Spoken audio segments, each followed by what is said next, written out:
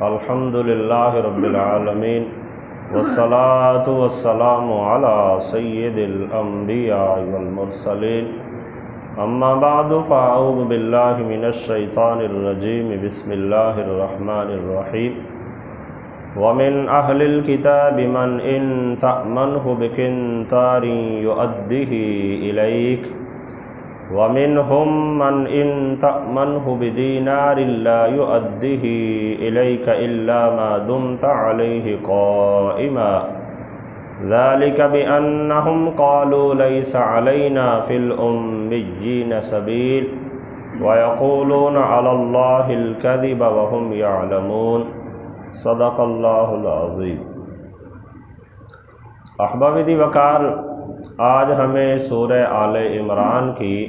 آیت نمبر 75 پڑھنے کی سعادت حاصل ہو رہی ہے۔ اس آیہ بینہ میں اللہ جل شانہ نے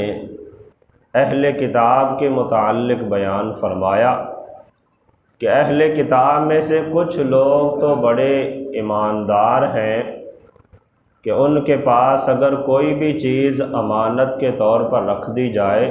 اگرچہ سونے کا ایک ڈھیر ان کے پاس امانت کے طور پہ رکھ دیا جائے تو وہ اسے واپس کر دیتے ہیں، امانت میں خیانت نہیں کرتے، اسے واپس لوٹا دیتے ہیں۔ اور ایک گروہ کے بارے میں فرمایا کہ کچھ لوگ ایسے ہیں کہ جو اتنے بد کردار ہیں کہ اگر ان کے پاس ایک دینار بھی کوئی بندہ امانت رکھ دے تو وہ اسے واپس ہی نہیں لوٹاتے، اور اسے واپس لینے کے لیے بندے کو ان کے سر پہ کھڑا ہونے پڑتا ہے، یعنی ان سے مسلسل مطالبے کرنے پڑتے ہیں۔ اور اس کے علاوہ ایک بات یہاں پہ یہ بھی بیان فرمائی کہ یہ جو یہودی تھے بنی اسرائیل والے، یہ سمجھتے تھے کہ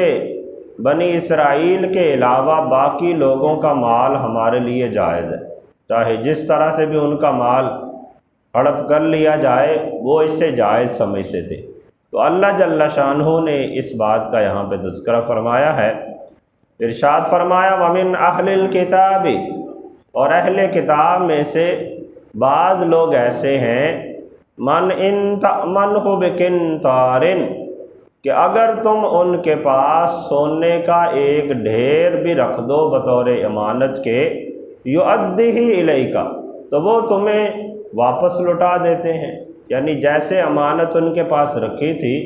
ویسے ہی وہ امانت کو واپس لوٹا دیتے ہیں۔ وَمِنْهُمْ مَنْ إِن تَأْمَنْهُ بِدِينَارٍ، اور کچھ لوگ ایسے ہیں، بعض ایسے ہیں کہ اگر آپ ان کے پاس ایک دینار بھی امانت رکھ دیں، لا یؤدیہ الیک، تو وہ تمہیں واپس نہیں لوٹاتے، تمہیں واپس ادا نہیں کرتے، الا ما دمت علیہ قائما، سوائے اس کے کہ تم ان کے سر پہ کھڑے ہو جاؤ، یعنی ان کے ساتھ چمٹ جاؤ، ان سے مسلسل مطالبہ کرتے رہو، تو پھر کہیں تنگ آ کے وہ دے دیں،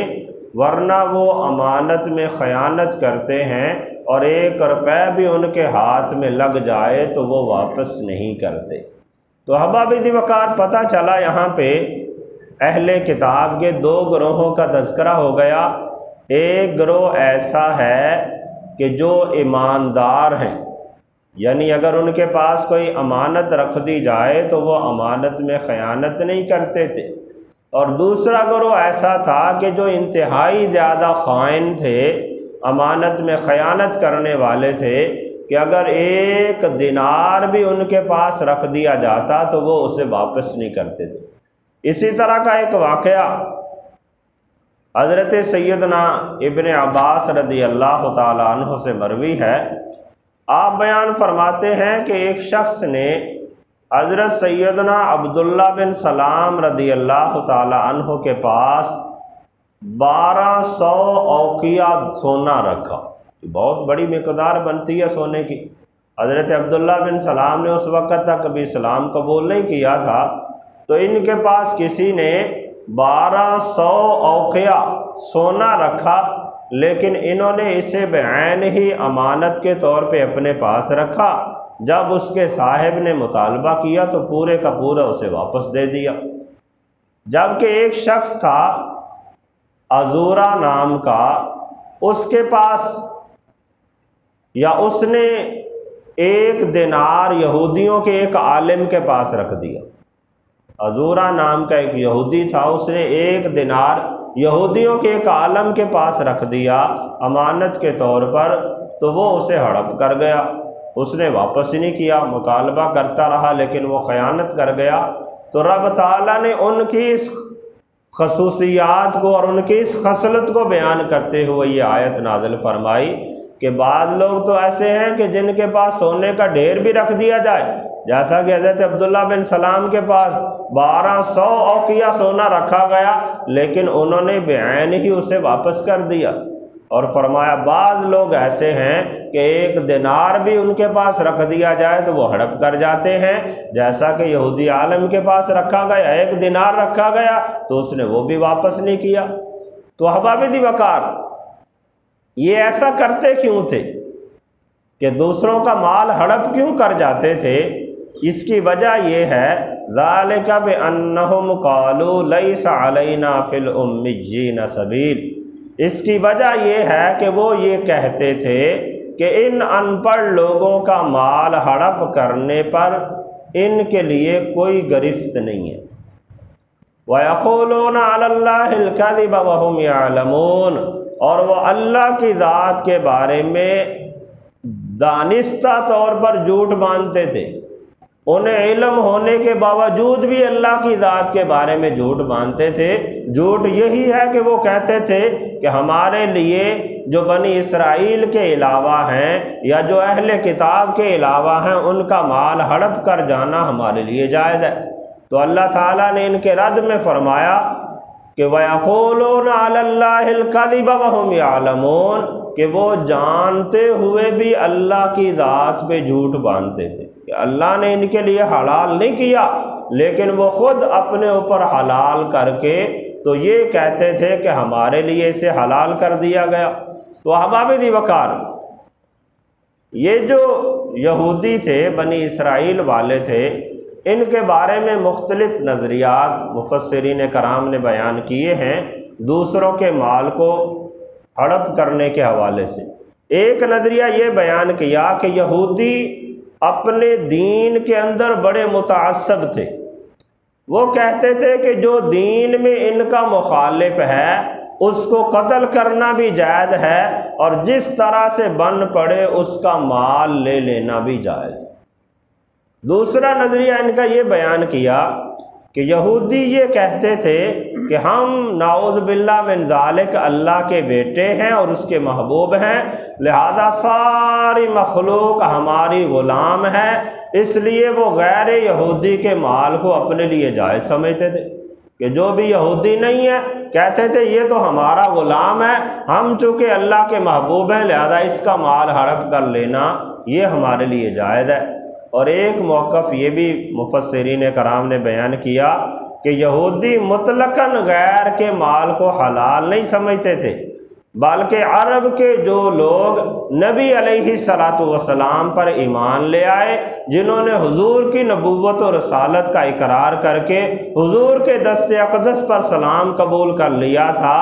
یہ لوگ ان کے مال کو کھانا جائز سمجھتے تھے، یعنی باقیوں کا مال تو چھوڑ دیتے تھے لیکن جنہوں نے اسلام قبول کر لیا ان کے مال کو یہ ہڑپ کرنے کی کوشش کرتے تھے، ان کے مال کو کھانے کی کوشش کرتے تھے۔ اس کی ایک وجہ مفسرین کرام نے یہ بھی بیان فرمائی کہ ان کی کتاب کے اندر کچھ اس طرح کا مفہوم ملتا تھا، اگرچہ اللہ کی طرف سے حکم اس طرح سے نہیں ہے لیکن ان کی کم فہمی کی وجہ سے انہوں نے یہ سمجھ لیا۔ اس کی ایک آیت یہ نقل کی جاتی ہے کہ تورات میں اسرائیلی اور غیر اسرائیلی کے ساتھ معاملات میں تفریق تو ہے، لیکن یہ نہیں لکھا کہ غیر اسرائیلی کے مال کو ناجائز طور پہ ہڑپ کر لیا جائے، لیکن انہوں نے اپنے سوء فہم اور کم عقلی کی وجہ سے یہ سمجھ لیا کہ غیر اسرائیلی کا مال کھانا جائز ہے۔ یعنی اس طرح کا تھوڑا سا مفہوم ان کی کتاب میں ملتا ہے، اگرچہ اس کے بارے میں بھی فقہا نے بیان کیا کہ وہ کتاب کا حکم نہیں ہے، انہوں نے چونکہ کتاب کے اندر تحریر کر دی تو اس وجہ سے اس میں شامل کر لیا گیا، لیکن اگر اسے کتاب کا حصہ سمجھا بھی جائے تو بھی اس میں سر عام کسی کا مال ہڑپ کرنے کی اجازت نہیں ہے۔ تو احباب دی وقار اسی طرح کے معاملات میں یہ جو یہودیوں کا نظریہ تھا، وہ لوگوں کے مال کو ناجائز طور پہ ہڑپ کر لیا کرتے تھے، ان کے مال پر قبضہ کر کے انہیں واپس نہیں کیا کرتے تھے۔ یہ یہودیوں کا طریقہ تھا کہ وہ دوسروں کے مال کو جائز سمجھتے تھے، مسلمان کے لیے ایسا جائز نہیں۔ جو بندہ مومن ہے، اسلام ایک عالمگیر مذہب ہے، اور اسلام کی تعلیمات یہ ہیں کہ اسلام کے اندر کسی بھی شخص کے لیے دوسرے بندے کے مال کو کھانا حلال نہیں کیا گیا، کہ کوئی بھی بندہ کسی دوسرے کے مال کو نہیں لے سکتا، اور اگر کسی کے پاس امانت رکھ دی جائے تو اسے بعین ہی وہ امانت واپس لوٹانا ضروری ہے، یعنی وہ ایمانداری کے ساتھ سارے لوگوں کے ساتھ معاملات کرے، چاہے وہ مسلمان ہیں یا غیر مسلم ہیں۔ کسی کا بھی مال ناجائز طور پہ ہڑپ کرنا یہ جائز نہیں ہے۔ اس میں کچھ لوگ اس طرح کے نظریات بنا لیتے ہیں کہ جو کافر کا مال ہے وہ مسلمان کے لیے جائز ہے، جس طرح سے بھی حاصل کر لیا جائے۔ تو احباب دی وقار ایسی مطلقاً اجازت نہیں ہے۔ ہمارے اسلام کی تعلیمات میں ایسا نہیں ہے کہ بندہ کہے کہ کافر کا مال جیسے بھی ہاتھ آ گیا بس اسے لے لو، ایسا نہیں ہے۔ ہاں، ایک موقع پہ اجازت ہے کہ جب مسلمان کافروں کے ساتھ برسر پیکا ہوں، کافر مسلمانوں کے ساتھ جنگ کر رہے ہیں، جنگ لگی ہوئی ہے، میدان جنگ ہے، تو ایسی صورت میں اجازت ہے کہ مسلمان انہیں قتل بھی کر سکتے ہیں، ان کا مال جو قبضے میں آئے انہیں اپنے پاس رکھ سکتے ہیں، اور ان کے لوگ جو قیدی ہو جائیں انہیں اپنے غلام اور لونڈیاں بنا سکتے ہیں۔ لیکن اگر میدان حرب نہیں ہے، جنگ کا میدان نہیں ہے، عام نارمل حالت ہے، تو ایسی صورت میں کسی بھی کافر کا مال مسلمان کے لیے ہڑپ کرنا یہ جائز نہیں ہے۔ بالخصوص وہ لوگ جو کسی اسلامی سلطنت کے اندر جزیہ دے کے رہتے ہیں، ان کے جان و مال کی عزت و آبرو کی حفاظت کرنا یہ اسلام کے اندر لازم ہے۔ اگر کوئی بندہ ان کے جان و مال پہ، عزت و آبرو پہ حملہ کرے گا تو جیسے ایک بندہ مسلم کے ساتھ زیادتی کرنے کی وجہ سے اس بندے کے اوپر حد لازم آتی ہے اور اس بندے کے اوپر چٹی لازم آتی ہے، ایسے ہی اگر وہ غیر مسلم جو جزیہ دے کر ذمہ بن کے کسی مسلمان سلطنت کے اندر رہ رہا ہے، اس کے ساتھ زیادتی کی جائے گی تو اس کا بھی بدلہ پورا چکانا پڑے گا۔ تو احباب دی وقار اس کے بارے میں ایک حدیث مبارکہ بھی ہے کہ یہاں پر تو مطلقاً کافروں کے حوالے سے بات کی جا رہی ہے نا، آج کل تو لوگ مسلمانوں کا مال ہی ہڑپ کر جاتے ہیں، اور یہ انتہائی کبھی چیز ہے۔ اس کی وجہ سے رب تعالیٰ بندے سے ناراض ہو جاتا ہے۔ حضرت سیدنا عبداللہ بن مسعود رضی اللہ تعالیٰ عنہ سے مروی ایک حدیث مبارکہ بخاری شریف کے اندر بھی موجود ہے اور دیگر کتب کے اندر بھی موجود ہے کہ رسول اللہ صلی اللہ علیہ وسلم نے ارشاد فرمایا کہ جس شخص نے بھی کسی مسلمان کا مال ناحق کھایا تو وہ جب اللہ سے ملاقات کرے گا تو رب تعالیٰ اس بندے سے ناراض ہوگا۔ جس نے کسی کا بھی ناحق مال، کسی مسلمان کا ناحق مال کھا لیا تو جب وہ اللہ سے ملاقات کرے گا تو رب تعالیٰ اس بندے سے اس حالت میں ملے گا کہ رب تعالیٰ اس بندے پہ ناراض ہوگا۔ تو احباب دی وقار جب رب تعالیٰ بندے پہ ناراض ہوگا تو پھر مطلب یہ ہے کہ رب تعالیٰ اس بندے کو جہنم کے اندر ڈالے گا۔ تو احباب دی وقار مختصر یہ کہ ہمارے لیے کسی بھی شخص کا مال ناجائز طور پہ حاصل کر کے اسے کھا لینا یا اسے اپنے پاس رکھ لینا یہ شرعاً جائز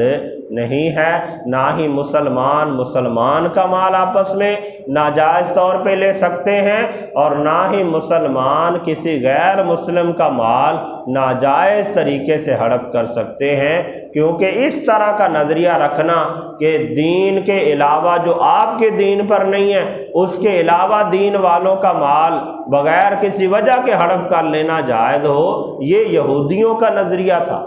یہ یہودیوں کا عقیدہ تھا، ان کا عمل تھا۔ تو ہمیں ہر اعتبار سے یہودیوں کی اور غیر مسلم کی مشابہت سے بچنے کا حکم دیا گیا۔ تو اس لیے ہمیں نہیں چاہیے کہ ہم کسی کا بھی مال ناحق طریقے سے استعمال کریں، اور بالخصوص مسلمان کا مسلمان پر تو بہت زیادہ حقوق ہیں، تو کسی بھی مسلمان کو یہ زیب نہیں دیتا کہ وہ کسی دوسرے کا مال ناحق طریقے سے اپنے قبضے میں لے لے۔ اللہ تعالیٰ کی بارگاہ میں دعا ہے کہ اللہ تعالیٰ ہم سب کو عمل کرنے کی توفیق عطا فرمائے، اور اللہ تعالیٰ قرآن و سنت کی تعلیمات کو سمجھ کر اسے آگے منتقل کرنے کی توفیق عطا فرمائے۔